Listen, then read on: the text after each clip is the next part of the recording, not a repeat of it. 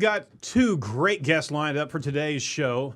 It's a mouthful, but we're joined by Indiana Department of Natural Resources Division of Historic Preservation and Archaeology to discuss their upcoming Women at Work conference. We go straight to the edge again with Paul Petit. Then we welcome Scribfolio, a product sure to help foster creativity and exploration in Indy's kids. All that and more today on The Edge. Your audio and video source featuring Indianapolis tech trends, marketing industry champions, and business innovation. This is Edge of Indy. Broadcasting from Edge Media Studios. Let's get today's conversation started.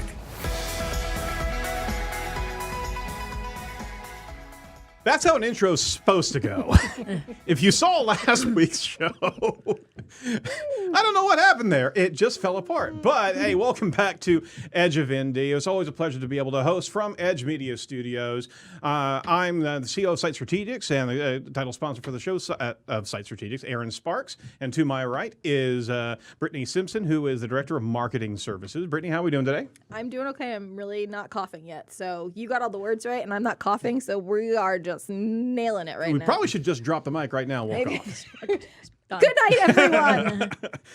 So the reason why we do what we do here at Edge of Indy is predominantly we focus on Indiana and Indianapolis movers and shakers, organizations, causes that we want to lift up and be able to show to Indianapolis of who's really caring about the city and why they make Indianapolis such a great place to work, live, and visit. So check out all the different shows we've had in the past. We've had a great number of guests, and we always appreciate your contribution to the show as we're doing this live Facebook as well as audio podcast on a weekly basis. But we are focused on choosing local and choosing local often. That's why we do what we do here at Edge of Indy. And I would like to introduce to you somebody else at the table here. This is Jeanie Reagan-Dinius, Indiana DNR, Director of Special Initiatives.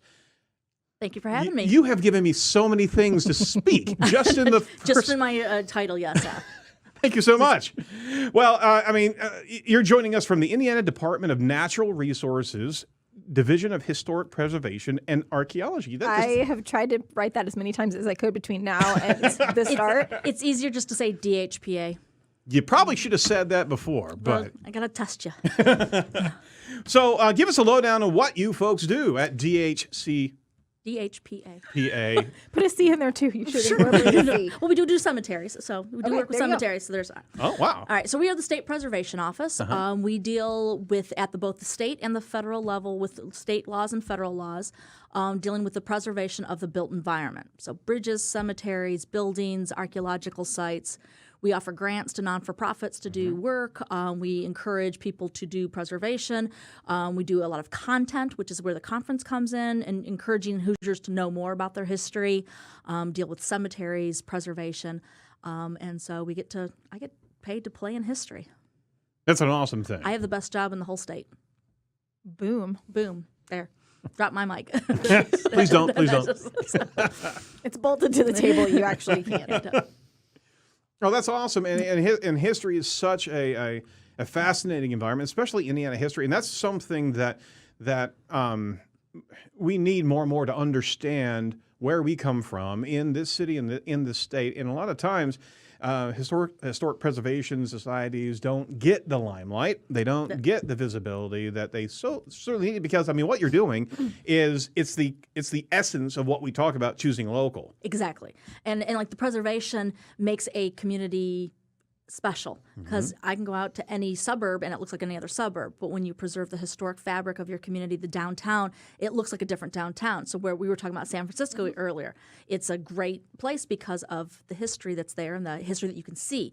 Downtown Indianapolis is a great place, and it's better than just a strip mall along a road that could be anything else. And so getting that, it's great for you guys to invite us here, because it kind of gives us some promotion of some things that we're doing and showing people how they could learn a little bit more about Indiana history. I dig it. One of those things is the Women at Work conference coming up on April 6th. Can you tell us a little bit about that event, and then who you think might be interested in attending, or who you want to put a call to action out for them to come to the event? Well, for the bicentennial back in 2016, there was a group of us sitting around the table talking about what we should do, and we decided to do a history conference, and we focused specifically on women at work and work and women's work is a very vague thing. So it was just a variety of different things that women were doing, because we find that a lot of the articles in journals in academic journals don't focus on women. We don't get a lot of it in school, and so it's a missing part of our Hoosier heritage.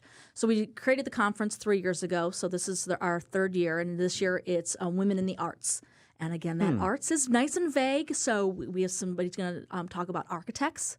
And Cool. and then artists. We have someone talking about Mari Evans, who was our late poet from the city. Right. We have somebody talking about pornography and the anti-pornography movement in Indianapolis, and kind of just a little bit of everything in between. So that art is a very vague word, and we Right. like that because it's more than just a painting.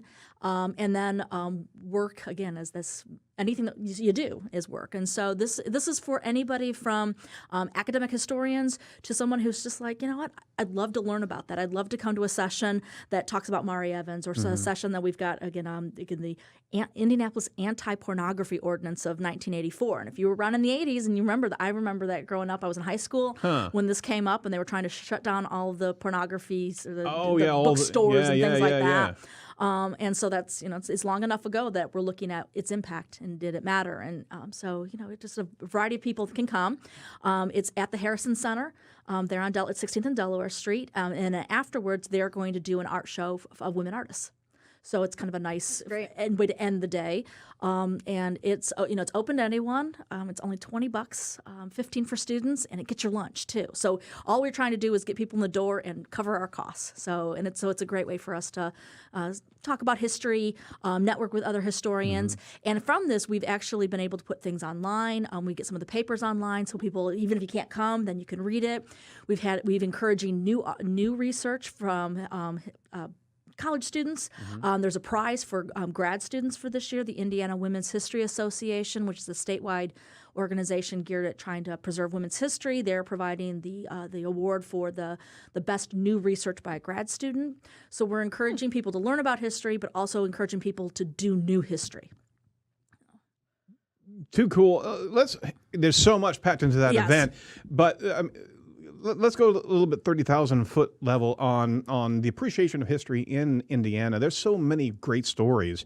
Do you see, and I want to certainly stoke up our audience, do you see the appreciation of history ebbing away right now, or consistently growing in its space as it comes down to maybe the new generations? Well, with the bicentennial that we had 2 years ago, Right. it really boomed, and it was excellent. great.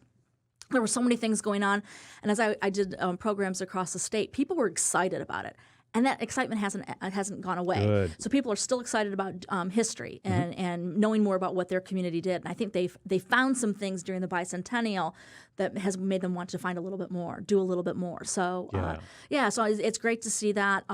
We get teachers coming to some of this workshop. The Indianapolis Public Library, they send like 6 or 7 of their librarians to make sure they get the information. Right. So this is really a great way to provide that for people, because the excitement is still there. So we've talked to a number of people focused on local business, and what a great connection. And they, even though they know it or not, they are truly tapping into roots of history and growth in the arts environment as well as the business environment.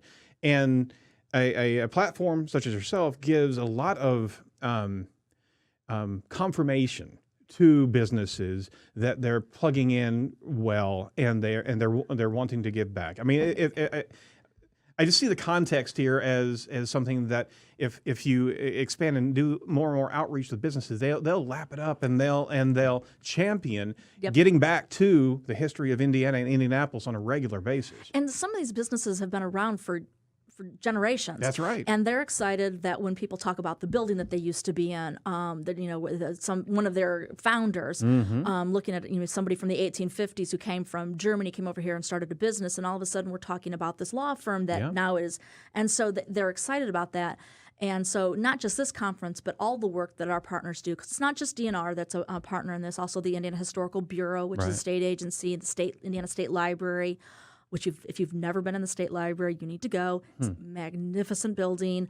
The Grand Hall is one of my favorite places in the city to go. You just can stand there and stare at this beautiful, back when architecture was about form and function. So it's just a beautiful building. So you can go in there and not only read a book, but see some great architecture. And so all the work that we're doing, even outside of this conference, is a great way to bring the community together to show how long we've been here, how we're doing things together, how we've had strife and gotten over it, how we've had conflict in the city and there's been issues and we've gotten over it. They're actually trying to make the Kennedy King Memorial now a national memorial that Representative Carson is trying to put forth. So that's another way to remember our city and remember our history and positive on the national level. So this conference is just one small thing that we're all doing to kind of move things forward in the city together. Can you give us a better idea of women's history in Indiana? What are some of the figures that stand out in your mind, and what has their role been in our state's history? Well, we've always had women in Indiana. When we We're very thankful for that. For all of you. Lucky for all of you, yes. We would have been around here. Doing lots of things alongside their husbands. But just unfortunately, the way that society was is that they were not seen as a mover or shaker. Right.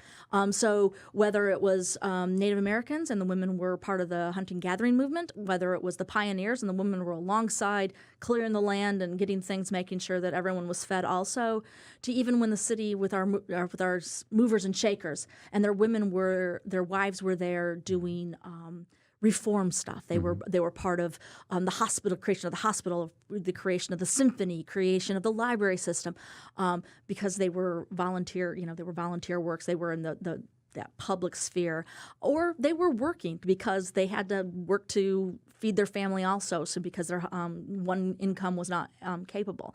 So we've always been here doing things. It's just haven't had the research done about that. And that's one of the things we hope to do is to show the research, show the women. There's some women doing some work on Muncie that are coming to the conference and talking about, we always think of the Ball brothers. Well, they're Ball women, too, who were doing just as much stuff and were able to, because of the income from their husbands, were able to be a part of the society in a volunteer basis. A good deal of philanthropy there as well. Yeah, a lot of philanthropy and made things happen that way. It's a big word. It is. Yes. I think I'm worded out. I could not look at you for that one.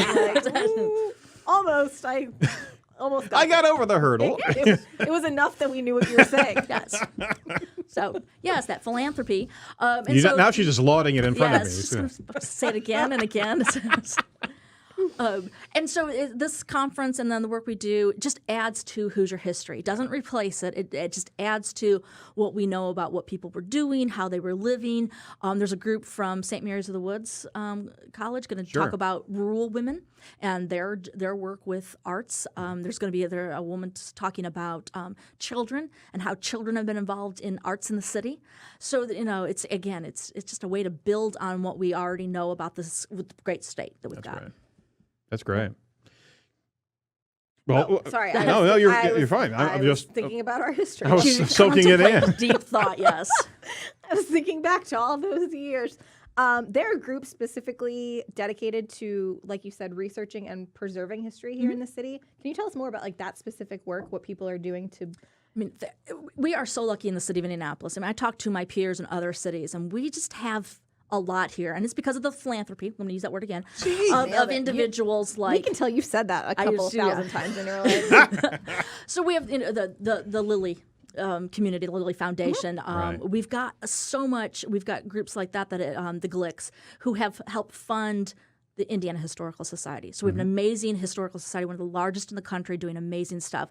We have the Historical Bureau, a state agency, the State Library, our office, the Women's History Association. There's a Society of Archivists, a Society of Museums, and we're lucky because of the business community has helped fund us and helped different groups and has donated to these groups. They're able to, we can have a lot of things going on. So, yeah, and I talk to other peers, or I go to research someplace else, and I'm like, what do you mean you don't have that? We have that in Indiana. Wow. So I think a lot of people think, Indiana's, country bumpkins and things like that. But when it comes to our history, we're doing a great job of saving it. And one of the great things is that it was a combination of the Indiana Historical Society and the State Library. And they went around back in the 70s to almost every county, or they went to every county and found every newspaper and scanned them. And they're on microfilm. Whoa. And you can go to the State Library right now, go find a newspaper from South Bend from 1850 and read it. No way. And now they're starting to digitize them so that we can find them online. And so they're all in one place. And they were done back in the 70s through a variety of different grants and mechanisms that way. We've saved our history that way. That a lot of states, you don't have that. And so in trying to find a newspaper, and you're like, even if you're a genealogist, you could do that at the State Library. It's amazing. The Historical Society's got some of those pieces too. And then they gave copies of those microfilms to the local libraries. So we're sharing it. So it's not just all in Indianapolis. And so South Bend's got theirs, Evansville's got theirs. And so we've had projects like this going on for decades. We've got the universities with some of their master's programs in history and preservation, so that we're training the new ones, people coming up. And there's just a lot of professionalism and a lot of fun going on. The picture behind you is up at the dunes. I love that house. We call it the Pink Lady House. Yeah. It's a great one up at the Lake Michigan. It was a part of the Chicago Expo, and so they built it in Chicago. And then after the Expo, they were going to just tear all these down. No. Yes. It's so cute. It's Don't adorable. tear it down. I love that. And so a developer brought them across the lake to Indiana, and so they're all up there now. So yeah, we deal with preservation of great buildings like this and talk about the history of it. So you can talk about the expo and kind of what's going on there. So yeah, we've got some great stuff in the state, and we're doing a lot. The group that's kind of spearheading the preservation of that is Indiana Landmarks, the largest in the country. Membership group related to preservation. So all this is in Indiana. Wow. Things going on. And we all work crazy. we all work together. It's great. I talk to these people all the time. They're my friends and my colleagues, and we get a lot done because we all work together. And we're able to do this. Kind of goes back to that business community, and because of community, it's really been a great way for us to save our history. That's amazing to be able to see such a rich series of individual groups all working together. And unfortunately, it's just not publicly known how much is invested by the business community into these different organizations, let alone what all these different organizations are doing. Because you guys, I say you guys collectively, there's so much passion of these particular disciplines. And you are forging the way for others to be able to pick up the baton down the road. And there needs to be that new level of awareness of what these organizations are doing. We have a tendency in the history community to talk to each other. Yeah. I mean, we all like each other. We talk to each other. We can get into in-depth conversations about some very bizarre, minute little details of things. Right. We need to do better at getting out to the public. The conference is one way to do this. Your show's been a great way for us to do that. And I told Brittany, I'm like, what topic do you need next? We can talk about a lot of things. So we just, I mean, it's a combination of things is that, we like to talk to each other. We just need to get out more. And a lot of historians and people in that field are a little introverted. They like to do their research. They like their old books. Right. So we've got some blame to take on this too, but we're fixing it. There's a lot of things going on out there, a lot of exhibits and people doing things that are exciting. There's articles in the paper and Nouveau and things like that are constantly showing that history, and we're trying. And I think we're doing a lot better. We're doing better than when I was a child. I was just about to say that. I'm gonna unload that a little bit. When I was in school, and I don't know why I'm proclaiming this to the entire city of Indianapolis, but let's go there. When I was in school, learning history for me was not fun when I was in school. Painful. It hurt. Like, it physically pained me. It didn't make sense. You know what I mean? Like, chronologically, I couldn't get things in order. If I had learned from somebody like you, though, in this capacity versus read this book, read this paper, read this, I feel like people would take to history so much better in this arena than they would a fourth grader forced to read a book that was written in Lord knows when. And it's Texas and military battles. That's all you learn about. Yes. And wars, and that's it. That's all you learn about. And see, where then I'm a social historian, so I'm about the society and people, and I always tease I'm a gossip of the dead. So if I gossiped to you about dead people, you would love it. And Then you I'd would be listen. into it. You'd Yeah. be into it. And there's a whole thing about how we talk to the Yeah. public, how we get our medium, what our medium is, and how we get it out to the public. And it's growing and it's improving. The digital and technology is improving, and we're being taught how to use it and stuff like But that. schools should keep that in mind too. Yes. Little kids like gossip too. So Exactly. if you make it sound like so and so's talking trash about Yeah. so and so somebody else. Exactly. All of a sudden, they're digging in and understanding a heck of a lot more. Well, look at how Just- well Hamilton's done the play. That's yeah. Because Right. it's a new medium. Just some historical deviations. It's literary Liberties. license. They took yes. They took liberties. It's literary license and stuff like that. But it shows that people are interested in history. Yeah. Right. I mean, you look at some of the programs on TV that are popular, The Crown and Victoria, and you can see some of these shows that people like it Yeah. if you tell it right. Yep. And you don't have to be. You can be historically accurate, but just tell it better. And that's one of the things we're working on. And I hope that again that some of the projects that we do in our office portrays that. Yeah, and it does that I better. pick up what you're putting down. Yeah. Well, you particularly are digging into a lot of women's history and Underground Railroad history, as well as cemeteries. So how did you get into this, and what's the source of your passion? I can't imagine doing anything else. I always tease that math is hard and science is icky. But I really, You're not wrong on either of those fronts. That's not the way Your my brain brain doesn't works. work, right. No, since I've been little, I've loved history. It's all I want to do. It's all I want. I mean, at night at home, what am I doing? My genealogy. It's what I do. Oh, genealogy is good. Yeah, it's getting gossip about the dead. My Dead my dead dead folks. Yeah, relatives. exactly. What could be better than that? And so for me, it's what else would you do? So I was lucky enough to go to Ball State, and they have a program there called Public History. So it's history for people who don't want to teach in a fourth graders, but you want to work with the public. Right. And then I was lucky enough that IUPUI has a master's in public history. So I'm from they teach you how people learn and how do people understand history, along with how do you do good history. And I did some internships and was lucky enough to land a job with the state. I've been there 17 years now and love every minute of what I do. You're good. You have great energy. Yeah. I got a lot. I I wanna got a learn lot from of. you. I got a lot of energy. Yeah. I want to learn from you. I do. You're all wanna learn history. you're all choked up there. My mint's really hot right now. But you're not coughing. I'm not. Well, it's time to pop another one. So So we want to circle back around to the Women at Work event. Yep. So give us some highlights real quick of the date and time, and a couple of things again for our audience, just to make sure that they're Lock 'em in. dialed in. All Lock 'em right. in. So April 6th, it's a Friday. We're going to be at the Harrison Center at 16th and Delaware. Registrations opens at 9. We'll start about 10. You get some donuts, because, we're all about food too. Yeah, we are. it's important. All right. And then we've got some breakout sessions, some educational breakout sessions. We've got a keynote speaker. She's was a professor, but now is going back to school at Heron. So she's at IUPUI, and she's going to talk about art and women and gentrification, talk about what that's done and what that means. Some more speakers. We're going to have women in music, talking about some different women who have done some integrated popular music and done some oral histories on the symphony. Oh, cool.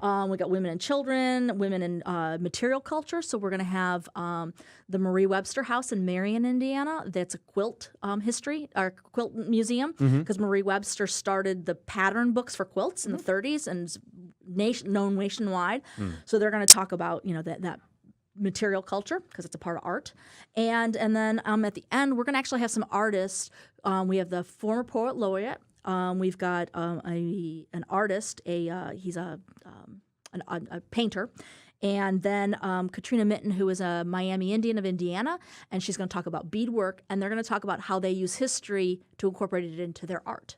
So Wow. instead of talking about history of art, we're going to talk about current art and how we incorporate history into that. And then afterwards, we're going to go look at the art exhibit and socialize. You can go to www.in.gov/history. That's the Historical Bureau's website. Oh, cool. Register on there, and hopefully we'll see everyone there.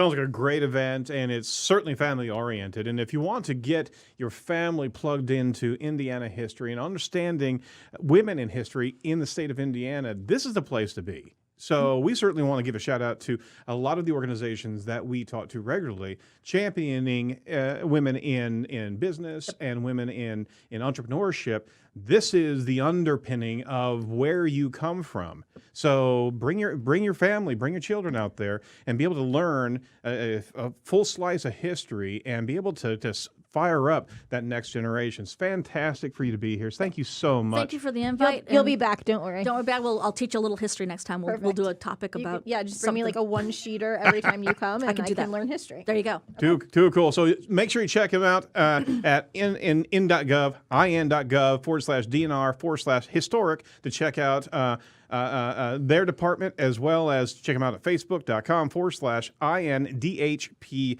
Any final words for maybe wannabe historians that are in school right now?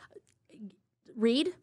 Learn cursive. I know it's hard. You gotta read, learn your cursive, and get involved in the things that are going on in the city. There's so much potential for classes and exhibits and fun things to do, and there are a lot of mentors out in the city that'll kind of help you along and see what you want to do.